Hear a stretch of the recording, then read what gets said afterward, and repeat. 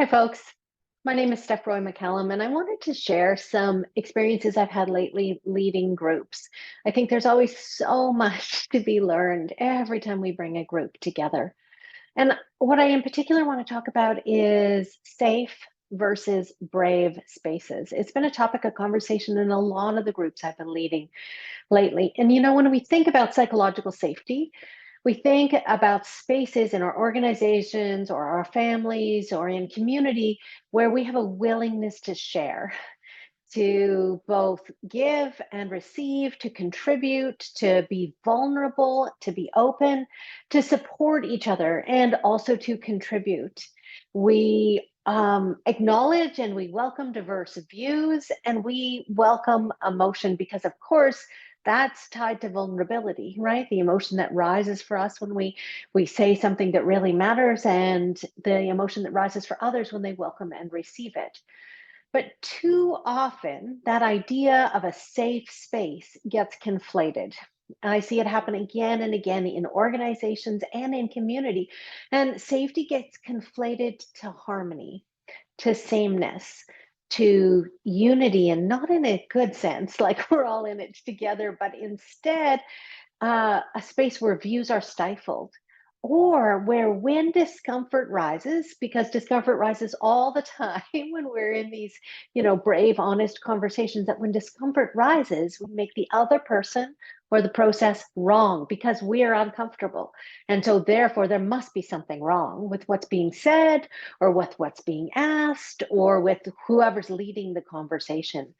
And I ran a session recently where in the evaluations, interestingly, not in the conversation, but in the evaluations, one participant made a comment and said that that one of the conversations that we had was not safe, and that it was sort of out of alignment with IP2's values, that safe space had not been created. And I was really reflecting on that because, of course, whenever you hear something challenging, you take that right to heart. That's what you hear, not the good stuff. And in that space, there was a lot of really deep sharing. There was, such beautiful listening and welcoming of emotion. Someone even cried talking about what was most important to them.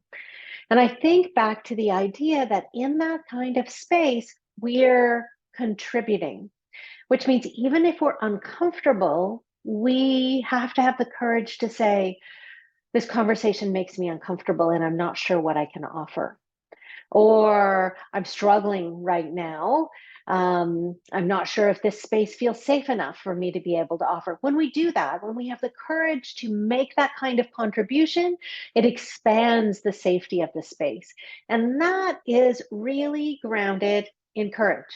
So maybe what we want to think about is brave spaces rather than safe spaces. I'll give you another example. Another session I ran last week, we had one participant set some context. We were talking about emotion. We're always talking about emotion in my sessions. And he said, in service to this idea of safety and vulnerability, I want to talk about something that's really hard for me in my personal life. And he shared that thing with the group. And he was met with compassion and with kindness, with love, even, and with curiosity. People were there for him. He was seen in the challenge that he offered. And I think that goes back to this idea that safety is created from courage.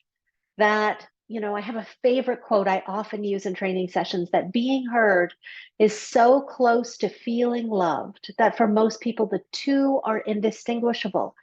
And I think about that and the spaces that we create. Well, that being seen is, rather, which is really what they're talking about when we're talking about being heard.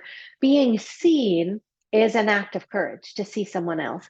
Making a contribution that allows yourself to be seen, that takes such enormous courage, and I think the most difficult conversations of our lives, in our partnerships, our marriages, and our families, in our organizations, in our communities, in our work in this space. Think about on the global scale, the most difficult conversations, in polarized conversations where people are literally fighting each other to the death, is this opportunity to be brave to call for peace, to stand for each other rather than for a side, and or to dig into the discomfort.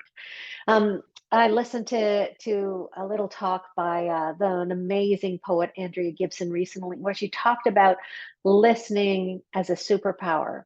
That kind of listening, that kind of openness as a superpower is grounded in courage.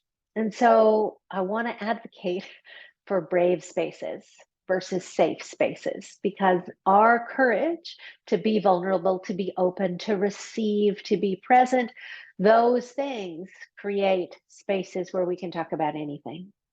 Thanks for listening. Glad you're here.